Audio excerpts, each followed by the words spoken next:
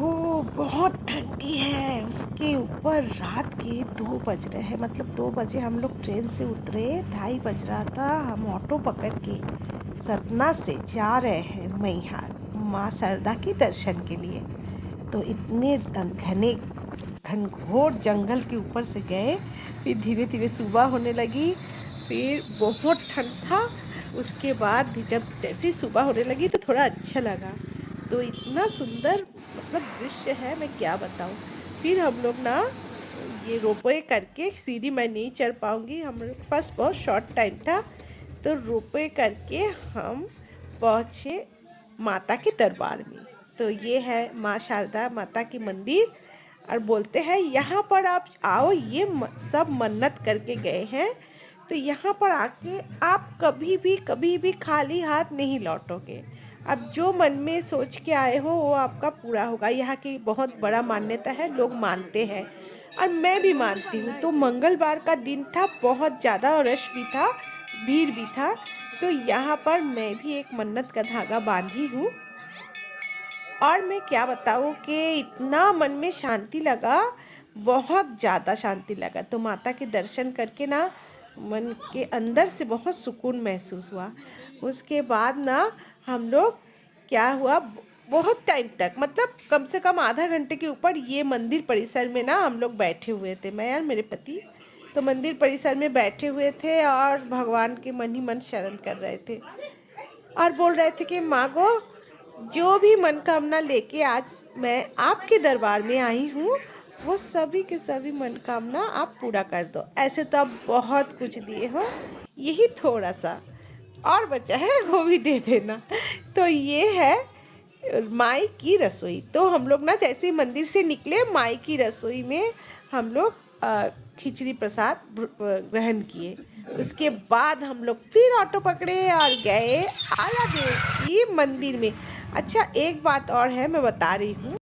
मान्यता ये है कि आप अगर आला देव की दर्शन नहीं करते हो तो शारदा माता, जो मैहर वाली माता है, उनका दर्शन आपका पूरा नहीं होता है। तो आला देव जी का दर्शन आपको करना ही पड़ेगा। ये हम लोग पहुंच गए हैं आला देव की मंदिर में, क्योंकि मंदिर के अंदर आला देव का जो है फोटो खींचना मना था, वीडियो करना मना था। तो मंदिर के अंदर का तो मैं नहीं आप सबको दिखा सकती। और ये है वो तालाब जहाँ पर बहुत सारे मछलियाँ हैं। हम लोग मछलियों को दाना खिलाए, और यहीं पर जो कमल खिलता है, लोग बोलते हैं कि यहाँ से 2 कमल लेके आला देव जी सुबह, जैसे एकदम ब्रह्म मुहूर्त में, जैसे ही माता रानी के मंदिर की, शारदा माता के मंदिर के दरबार खुलते हैं, वहाँ पर 2 कमल के फूल मतलब मिलता है देखने को, वो भी ताजा।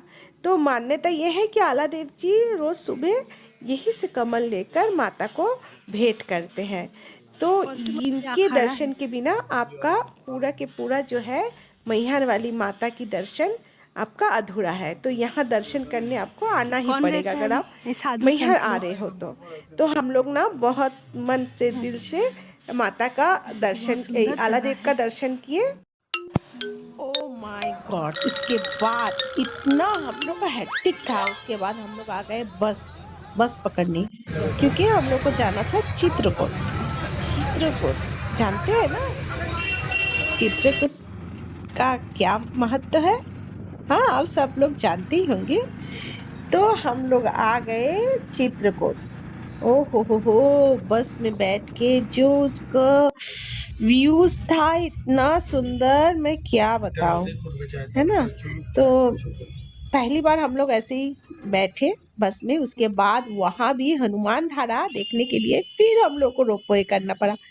हनुमान धारा पहाड़ी के एकदम ऊंचे चोटी में है, तो वहां पर जाने के लिए रोपवे के अलावा कुछ नहीं। वो देखिए हनुमान जी खड़े हैं। तो रोपवे में मतलब जब भी मैं रोपवे चढ़ती हूँ ना, तो मुझे ना थोड़ा घबराहट तो होती है, लेकिन सही में इतना अद्भुत लगते हैं, मैं क्या बताऊँ। ऐसे लगता है कि हाय, जिंदगी यही है, मतलब यही है। ऊपर से जो नीचे का व्यू है वो हद से ज्यादा सुंदर था। लेकिन हम लोग ये व्यू देखते देखते ऊपर टॉप में आ गए, हनुमान जी का पूजा किए, फिर हम लोग टॉप में बैठ के क्या कर रहे थे पता है? चाय पी रहे थे।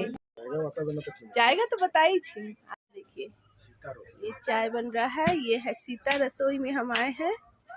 ये बंदर जो हमसे ले लिए थे लड्डू, ये है बाहर के नज़ारे इतने सुंदर। इस एकदम टॉप में बैठ के चाय का आनंद ले रहे हैं। ये चाय बन रहा है। एक चीज और आप सबको नहीं बताई हूँ कि हनुमान धारा के एकदम टॉप में और चढ़ना पड़ता है सीढ़ी, वहाँ पर सीता रसोई है, वो भी हम देखने गए थे। हनुमान धारा जी में आते समय हमारे हाथ में लड्डू था जो एक हनुमान ने हमसे छीन लिए। उसके बाद अभी हम लोग आ गए हैं जानकी कुंड। मंदाकिनी नदी कल कल कल कल कल कल करके बहते जा रहे हैं और ये है जानकी कुंड। और जानकी कुंड में जो है हमारे हनुमान जी लेटे हुए हैं, है ना, विश्राम में है, विश्राम मुद्रा में है। तो जानकी कुंड में आके मैं भी यहाँ पर बहुत देर तक बैठी रही। ये देखिए हमारे लेटे हुए हनुमान जी। तो यहाँ पर हनुमान जी ऐसे ही लेटे हुए हैं और यहाँ का भी नज़ारा जो है ना इतना खूबसूरत है, मैं क्या बताऊँ। माता जानकी जी आते थे यहाँ पर तो खूबसूरत तो होना ही था। तो उसके बाद हम आ गए अनसुईया माता मंदिर, वो भी बहुत खूबसूरत। मतलब ये जो घंटी है ना, इसको आप पहले मंदिर नहीं प्रवेश कर सकते जब तक आप इस घंटी को नहीं बजाते। तो अनसुईया माता मंदिर में आते समय इतने ज़्यादा मतलब बंदर थे, इतने ज़्यादा। मैं बेचारे लोग को खाने के लिए, हम लोग बहुत सारी चीज़ें खाने के लिए दिए, मछलियों को भी दिए। फिर मेरे पास थोड़ा बिही संतरा था, मैं जैसे जैसे मेरे को वहाँ केला वेला खरीद के दिए। फिर ऑटो में आते आते हम उसको ड्रॉप करते गए। मेरे पास जितने सारे फल वल था, ये देखिए मंदाकिनी नदी और उसके बगल में ये जो जंगल है, इसका नज़ारा जो है, आप कभी आ जाओ। आप लोग जब आओगे ना तब आप सबको पता चलेगा सही में मैं जो बोल रही थी एक एक वचन सत्य वचन। बहुत खूबसूरत। तो ऐसे ही मैं ऑटो में जाते जाते बंदर लोगों से मुलाकात हो रहा था और मैं अपने पास जो बिही संतरा था वो ड्रॉप करते करते जा रही थी, क्योंकि इन लोग को बाप रे वो पीछे पीछे आ रहे थे कि जब तक कुछ ना दो तब तक उन लोग नहीं छोड़ेंगे। लेकिन ना मैं क्या बताऊँ, मेरा मन खुश हो गया। इतने शॉर्ट ट्रिप में इतने अच्छे से हम लोग घूमे हैं, मैं क्या बताऊँ। उसके बाद जो है सबसे बड़ा जो है वो है गोदावरी, गुप्त गोदावरी। यहाँ पर हम लोग आए तो मैं थोड़ा सा घबरा रही थी कि अंदर में मैं जाऊँ कि नहीं जाऊँ, क्योंकि गोदावरी के मुंह के अंदर का जो था वो थोड़ा सकरा था। तो मैं तो जैसे तैसे करके अंदर प्रवेश किया। तो ये देखिए ये पानी के अंदर से चल चल के एक मुंह से आप प्रवेश करेंगे, दूसरे मुंह से आपको निकलना होता है।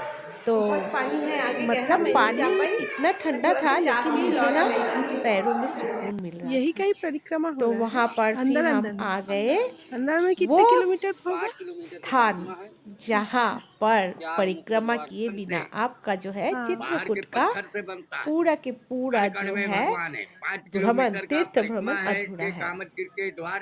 तो हम आ गए वहाँ पर जहाँ भरत जी और राम जी का मिलन हुआ था। और वहाँ पर जो पर्वत है, इस पर्वत को प्रदक्षिण करना पड़ता है। लगभग 5 किलोमीटर का दायरा है। मैं मतलब ये दायरा घूम घूम के ऐसे पूरे पर्वत को आप जैसे प्रदक्षिण करेंगे तब जाके आपका चित्रकूट का श्री राम जी का जो वनवास पीरियड था वो जो तीर्थ भ्रमण है वो आपका संपूर्ण होता है। बिना इसका भ्रमण किए, बिना इसका प्रदक्षिण किए, है ना, तो आपका जो है पूरा तीर्थ दर्शन अधूरा हो जाता है। तो ये 5 क्रोस का जो चलने वाला जो मतलब पर्वत को घेर के जो प्रदक्षिण वाला स्थान है वो इतना सुंदर बना हुआ है। पूरे ऊपर में ना आपका एकदम पत्थर से बना के दिए है, एक एक छावनी है, मतलब कोई चीज़ का आपको तकलीफ नहीं। फिर क्या था, सब चीज़ हो गया, फिर हम लोग ऑटो पकड़े और वो मतलब पूरे रात यहाँ पर जो मैं प्रदक्षिण करने के बाद यहाँ से शुरू होता है। फिर आप यहाँ पर आके श्री राम, श्री लक्ष्मण, श्री भरत जी, लक्ष्मण और सीता मैया को देखने के बाद आपका संपूर्ण होता है पूरा ये सफ़र। तो हमारा भी संपूर्ण हुआ सफ़र। हम लोग खाना वाना खा लिए, भजिया वजिया। इसके बाद फिर हम लोग लौट चले बिलासपुर की ओर। तो ट्रेन की यात्रा को मैं नहीं दिखाई थी क्योंकि हम लोग बहुत थके हुए थे। ये हमारे जो लौटने वाला बस का जो है, हम लोग फिर सतना आए। सतना से हम लोग का ट्रेन था, हम लोग फिर ट्रेन पकड़े और पहुंच गए बिलासपुर। तो आप सबको कैसा लगा व्लॉग प्लीज़ बताइएगा।